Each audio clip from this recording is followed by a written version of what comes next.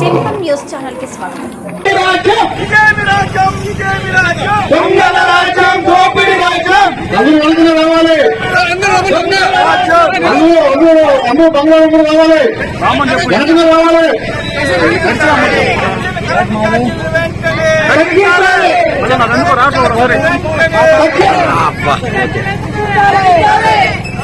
ఇదేమి రాజ్యం, ఇదేమి రాజ్యం.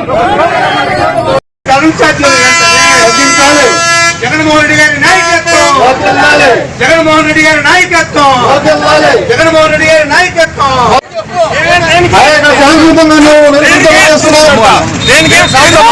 దేనికి ఏం మాట్లాడాలి?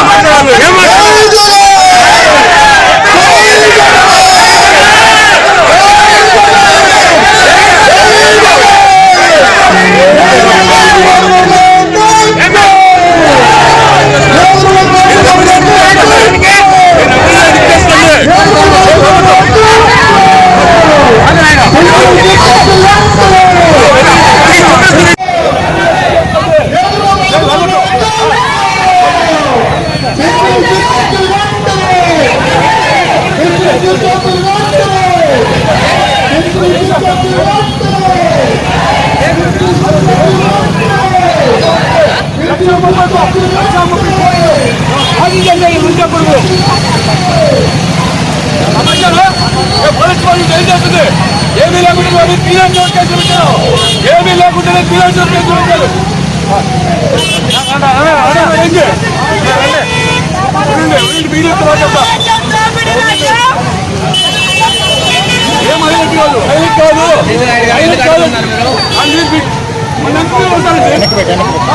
ఏం చేస్తున్నారు చెప్పండి.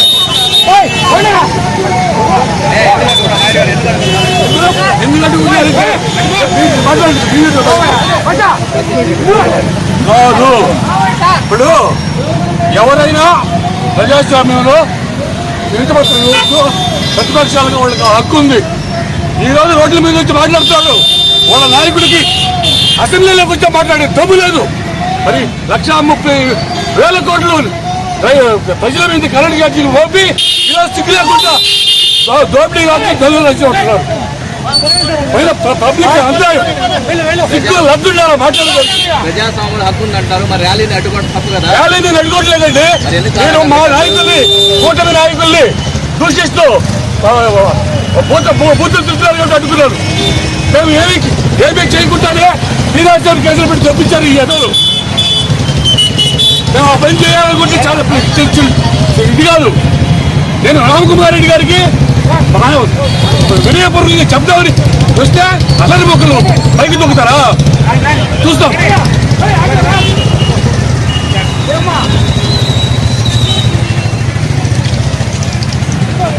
ఈరోజు ఈ మీడియా సమావేశం ఉద్దేశం బహుశా ఇప్పుడే మీడియాలో అందరికీ తెలుసుంటుంది. ఈరోజు వైసీపీ వారు రాష్ట్ర వ్యాప్తంగా కరెంటు ఛార్జీలు పెంచేశారు అని ఆందోళన చెందుతున్నారు ప్రజలని. ప్రజల తరఫున మేము ఆందోళన కార్యక్రమం చేస్తామని చెప్పి కార్యక్రమంలో భాగంగా వెంకటగిరిలో సమావేశం నిర్వహించడం జరిగింది. అయితే ఈ క్రమంలో నేను అదే దారిలో మా స్వగ్రామానికి వెళ్తూ ఉంటే ఒక 10 నిమిషాలు ట్రాఫిక్ జామ్ చేశారు. మరి పోలీసు సోదరులను పిలిచి ఏమైనా ఎందుకు చేస్తున్నారు, పర్మిషన్ ఉందానంటే లేదన్నారు. అప్పుడు అయినా కూడా 10 నిమిషాలు ఓపిక బట్టి నేను వేరే దారిలో వెళ్ళి ర్యాలీకి అడ్డుపడ్డాను. అడ్డుపడిన సమయంలో పోలీసులు వచ్చి నన్ను అడిగారు, పర్మిషన్ లేకుండా మీరెందుకు వచ్చారు, మీ సిఈ గారు ఎక్కడ, అసలు ఇదేనా మీ రూల్ ఆఫ్ లా అని అడగడం కూడా జరిగింది. ఆ క్రమంలో రామకుమార్ రెడ్డి గారికి నేను దూసుకెళ్తుంటే కొంతమంది వైసీపీ అల్లరి మొక్కలు వచ్చి నాపై దాడి చేసే ప్రయత్నించారు. మరి జగన్ జై చంద్రబాబు, సీఎం డౌన్ డౌన్, కూటమి నేతలు నశించాలి, అదేవిధంగా ఇదేమి రాజ్యం, దొంగల రాజ్యం, దోపిడీ రాజ్యం అంటూ విపరీతంగా నన్ను చూసి రెచ్చిపోయి ఆందోళన చేశారు. నేను వెళ్ళి రామ్కుమార్ రెడ్డి గారు ఒకే ఒక ప్రశ్న వేస్తాను, ఆ ప్రశ్నకు సమాధానం చెప్పి పోండి అని అడిగితే ఆయన సమాధానం చెప్పకుండా పక్కన ఆ మార్గంలో వెళ్ళిపోయాడు. ఈ క్రమంలో కొద్దిగా తోపులాట జరిగింది. మరి జరిగింది మీడియాలో కూడా వచ్చాయి. మరి ఈరోజు ఈ సమావేశం ఈ సమయంలో ఈ విషయాన్ని మా శాసనసభ్యులు కురుగుండ రామకృష్ణ గారికి తెలియజేయగా ఆయన మొత్తం డీటెయిల్స్ తీసుకొని గత ప్రభుత్వంలో ఎన్నిసార్లు కరెంట్ ఛార్జీలు పెంచారు, ఎందుకు పెంచారు, మన ప్రభుత్వంలో ఏమైనా పెంచారో, పెంచుంటే ఏ కారణం చేత పెంచారు అనే విషయాన్ని మీడియా ద్వారా ప్రజలకు తెలియజేయమని చెప్పడం జరిగింది. అందుకే ఈ సమావేశాలు పెడుతున్నాం. మరి విభజన రాష్ట్రంలో మొట్టమొదటిగా 2014-19లో చంద్రబాబు నాయుడు ముఖ్యమంత్రిగా ఉన్నప్పటి నుంచి 19 వరకు ఒక్కసారి కూడా కరెంట్ ఛార్జీ పెంచలేదు. 2019 సంవత్సరానికి జగన్ అధికారంలో వచ్చే నాటికి మిగులు కరెంటు రాష్ట్రంగా మన ఆంధ్రప్రదేశ్ దేశంలోనే మొదటి స్థానంలో ఉండింది. మరి అలాంటి దాన్ని కరెంటు సంపద సృష్టించడం చేతగాక, పాలన చేతగాక వాళ్ళ ఇష్టానుసారం అనుమతులు ఇచ్చేసుకుంటూ వాళ్ళ ఇష్టానుసారం వ్యవహరించడం పరంగా నష్టాల ఊపిలో కరెంటు సంస్థలు కూరుకుపోయాయి. దాని కారణంగా ఒకటి ఉంది, ఆ కరెంటు సంస్థ ఆ నష్టాలను కూర్చేదానికి ప్రభుత్వం సహాయం చేయొచ్చు.